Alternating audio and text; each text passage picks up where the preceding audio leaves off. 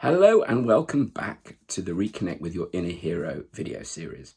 So we're now at the point where we have already become aware of our circumstances, our situation, and we realize that we're not in the best place in terms of maybe the work we're doing, how we view ourselves, whether we're actually being true or whether we're in alignment with what we're really about versus what we're doing, and how uncomfortable that is. I call that the frustration gap.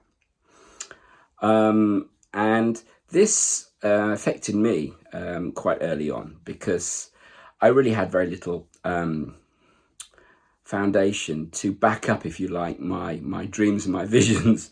Very little in the way of support. So I didn't really believe or have the confidence to fulfill my dreams. And I lived in my head for a very, very long time. And then gradually I realized that I was just living out of alignment with what my real purpose, my connection with creativity, expression, having the confidence and the belief to create things, present them, perform them, communicate them. They just weren't there for me. I just couldn't tangibly, or I couldn't reach or touch them. I just didn't know how. And therefore I became frustrated. It became very difficult for me. And I just tended to resent people that were doing it because I just couldn't do it. I didn't know how. Or at least I didn't have the confidence to follow through. So this was an issue. Now, I don't know how that relates to you. And obviously the purpose of me telling you my circumstances so that you can, relate to them wherever possible and put your own storyline in that. Now, the cause and effect of being in that sort of situation is, one, you're aware, which is wonderful, because if you're aware, you're 50% of the battle, it's done. You are then in a situation where you can do something about it. There's a lot of people that block that awareness out. They live in the comfort zone, or they block out with various other, forms and tools available to them. Films, TV, drugs, you name it, anything to block out the realization. But if you're aware and you want to change, then that's, as I say, a very, very progressive step. Then it's a case of realizing and saying, okay, what does this cost me? What does this cost me by not following through with what I'm about? And I'll tell you what it costs you. You are dealing with a lot of negative feelings and emotions, and those come out from you as a persona, meaning it blocks or negates relationships with whoever. Now, for me, I would have bursts of this feeling, and it would affect relationships with girlfriends, for example. I would be, the fun of the fair and having a great time, and then this kind of feeling would come within me, and it was like an underwhelming feeling, a feeling of dissatisfaction, and I would change. Now, I don't mean in extremes, possibly in extremes, but not really, just the way I felt.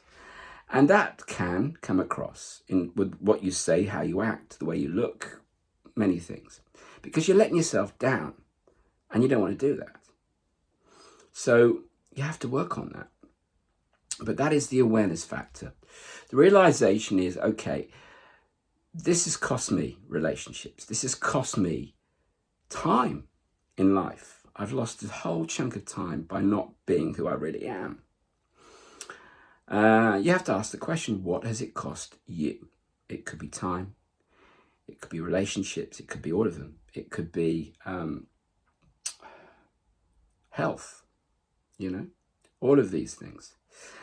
And I have lived all three of those. So I did this first job working because I didn't know what to do. I didn't really have an education. I wasn't really supported by my parents in any real, in a traditional sense I was, but not really. They didn't know what to do. They didn't know how to push me forward. I was pushed on to a friend of the family to help, support me. And I ended up getting into sales. I mean, why? Because I could speak. I mean, it didn't really mean that it was something I was going to necessarily be good at. And lo and behold, after a year of really high pressured working environments, at the age of like 22, 23, my insides just seized up. So I became ill because I couldn't really breathe, swallow, relax. I was just stressed all of the time. And I didn't want to be like that. So I stopped it after over a year or so. I gave myself a year with it. And then I took easier options in the same field because I didn't know what else to do. So I just ended up spending years in that field, but working less, avoiding the stress, but not really being productive. Because that wasn't really productive for me. So I became in that regard. I stumbled on things, and some of them were very good. Some of them were very, very good for me, but really they weren't what I was about. And over time, it rears its head again. So you've got to deal with it. It really has to be dealt with this. You have to really grab it, the minute you're aware and say, okay, let's study, retrain, start from the beginning again. Whatever it is, but to deal with it, but going in that direction that you really, really, belong in. And that could be creative fields. It could be sport. It could be, going back to school and looking at your options again or whatever, but really getting back inside yourself. Could it be gardening? Could it be something with your hands? I don't know. Something where you are close to your nature and you have to really understand what that is. And you can find that out by actually going back in time and thinking about all of the things that you were drawn to when you were younger.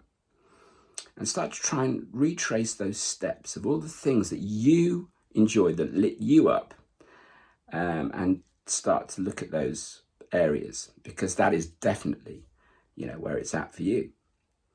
So once you've gotten to the realization stage, it's time to take action. And we will look at the next stages of this process in the next video. But I do hope that's given you some kind of insight into some of the ways that you can do something, get out of your head and start to make it happen in the real world. Because what's going on in your head is actually an image of what, your soul, your spirit, what I call your inner hero, is telling you. And you need to make that, transfer that from here into, daily life.